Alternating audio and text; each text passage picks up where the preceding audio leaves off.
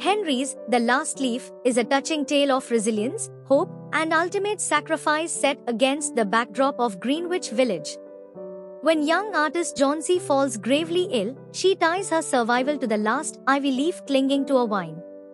This short story beautifully illustrates the profound power of friendship and the selfless act of a struggling older artist, Behman, to restore her will to live. Prepared by Manisha Mishra.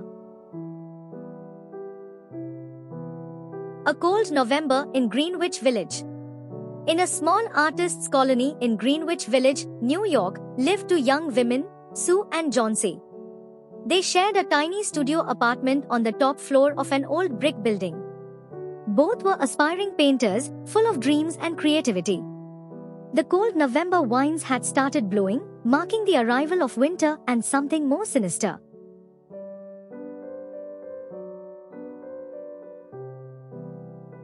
The friendship of Sue and Johnsy. Sue was cheerful, optimistic, and full of energy.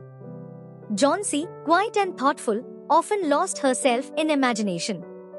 They supported each other through art, laughter, and hardship. Their friendship was their greatest comfort in the struggle of city life. But that winter, fate had other plans for them when illness entered their peaceful little world.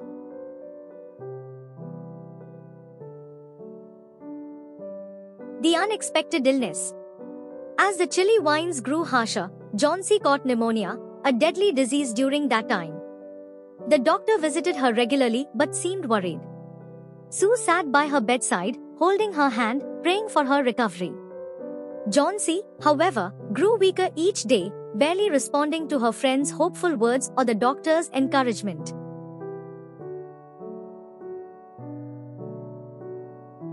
The doctor's concern. One morning, the doctor told Sue gently, she has very little chance unless she wants to live. Her willpower is fading. Sue's heart sunk. She knew Johnsy had stopped believing she could recover. Try to make her interested in something again, the doctor advised. Her mind has to fight before her body can. Johnsy's strange belief. When Sue entered the room, she found Johnsy staring out of the window, motionless. "What are you looking at, dear?" Sue asked softly. Johnsy whispered, "The ivy vine on the wall opposite. I'm counting the leaves. When the last leaf falls, I'll die too." Sue froze, unable to believe what she heard.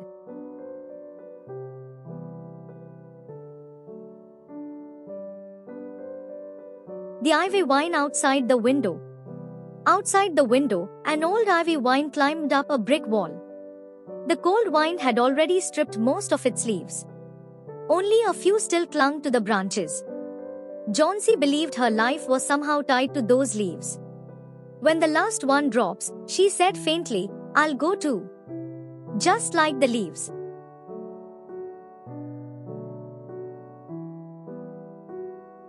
Sue's efforts to cheer her. Sue tried everything to distract Johnsy. She read stories, painted, sang softly, and even tried to make her laugh. But Johnsy kept counting the leaves silently. "There are only 5 left now," she murmured. Sue pleaded, "Don't say that.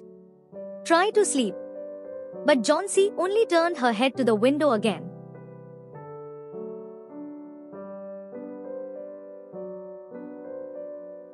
A neighbor named Behman. Downstairs lived old Behman, a 60-year-old painter who often talked about creating his masterpiece but never had. He was rough in speech but kind in heart. Sue, desperate and worried, went to him. She told him about Johnsy's strange idea and how she had given up on life. Behman listened intently, his eyes filled with concern. Behman's determination. "Is there foolishness like that?" Behman exclaimed angrily. "Why do people let themselves die over such nonsense?" Yet, deep inside, he was moved. "Someday I shall paint my masterpiece," he used to say. Perhaps, without realizing, he was about to do it that very night. The old man put on his worn coat and followed Sue upstairs.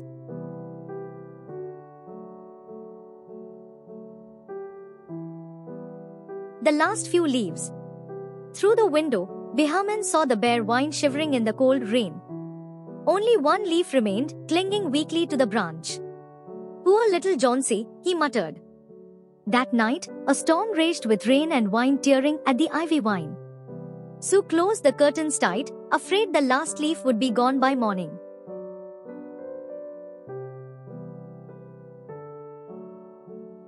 The stormy night. Outside, the night was dark and wild. Rain lashed against the windows and the wind howled through the streets. Inside, Johnsy lay still, listening to the storm. It will fall tonight, she whispered. Then I'll go too. Sue cried softly, pretending to sleep beside her, praying that the morning would bring a miracle.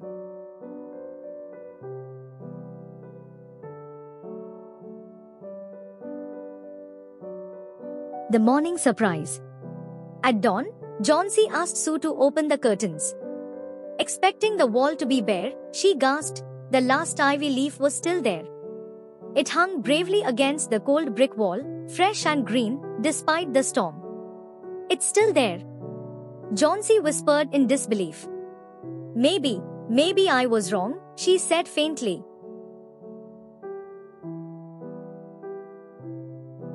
The leaf that wouldn't fall. All through that day and the next, the leaf remained. Rain came again, followed by freezing wind, but the leaf never moved. Johnsy watched it constantly. Slowly, a change came over her. She began to eat a little, sit up, and talk softly. The sight of that stubborn leaf awakened something inside her, hope.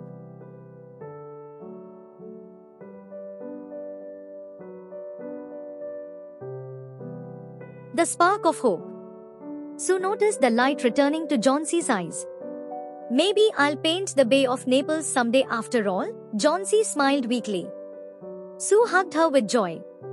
The doctor, seeing her improvement, said cheerfully, she's out of danger now. Her recovery is only a matter of care. The miracle had begun, thanks to one leaf.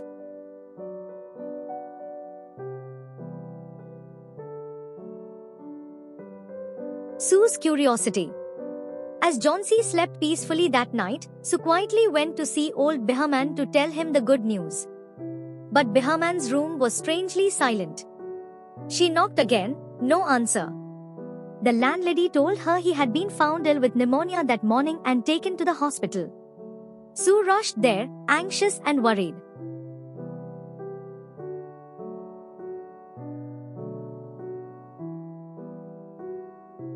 The sad news.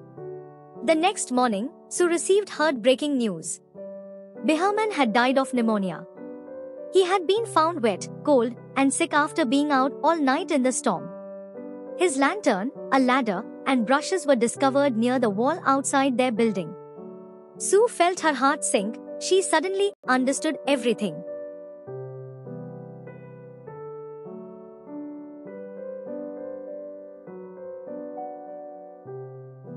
The truth revealed. Sue went to Johnsy's room and sat beside her. I have something to tell you, dear, she said softly. Mr. Behman died of pneumonia. They found his painting tools near the ivy wall. Johnsy, look carefully, the last leaf on the wall is not real. He painted it there the night the last one fell.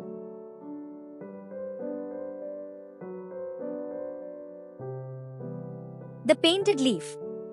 Johnsy stared at the window, her eyes filling with tears. The leaf, perfect in every detail, was a masterpiece painted by Behman. Through the darkness, rain, and cold, the old man had gone out to give her hope. That was his final act of love and sacrifice. His long-dreamed masterpiece had finally been completed.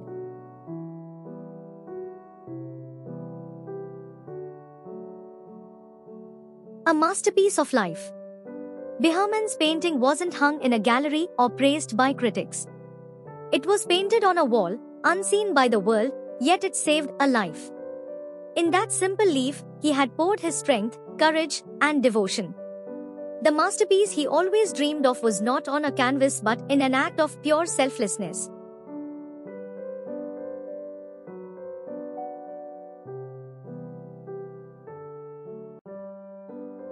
Johnsie's realization.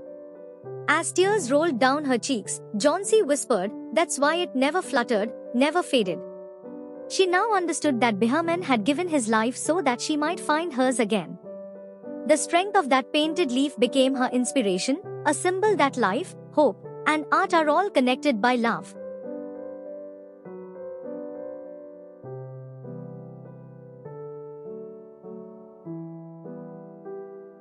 The lesson of hope.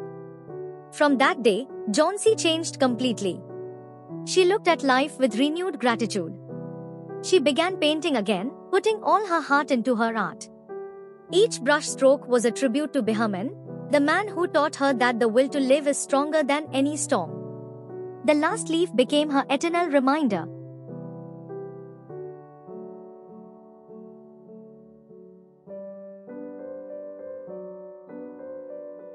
Sue's quiet tribute. Sue never forgot Bahman either. Every autumn, when the ivy began to wither, she placed fresh green leaves on his window. Together, they remembered the night he created his masterpiece. The world never knew his name, but for Sue and Johnsy, his memory lived forever through that painted leaf of hope.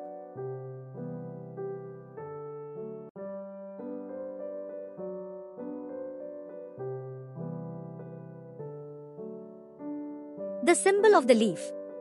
The last leaf stood for faith, courage, and friendship. It taught that even a single act of kindness can save a life. Though painted by a dying hand, it breathed life into another. The leaf on the wall was no ordinary image, it was a living message that said, "Never give up."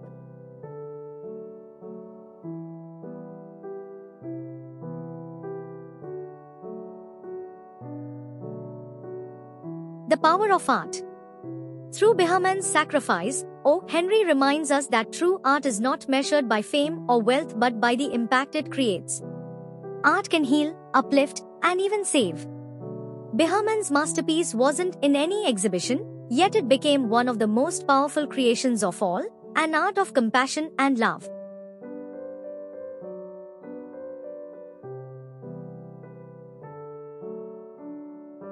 The end, a legacy of love. The last leaf ends not in sorrow, but in hope.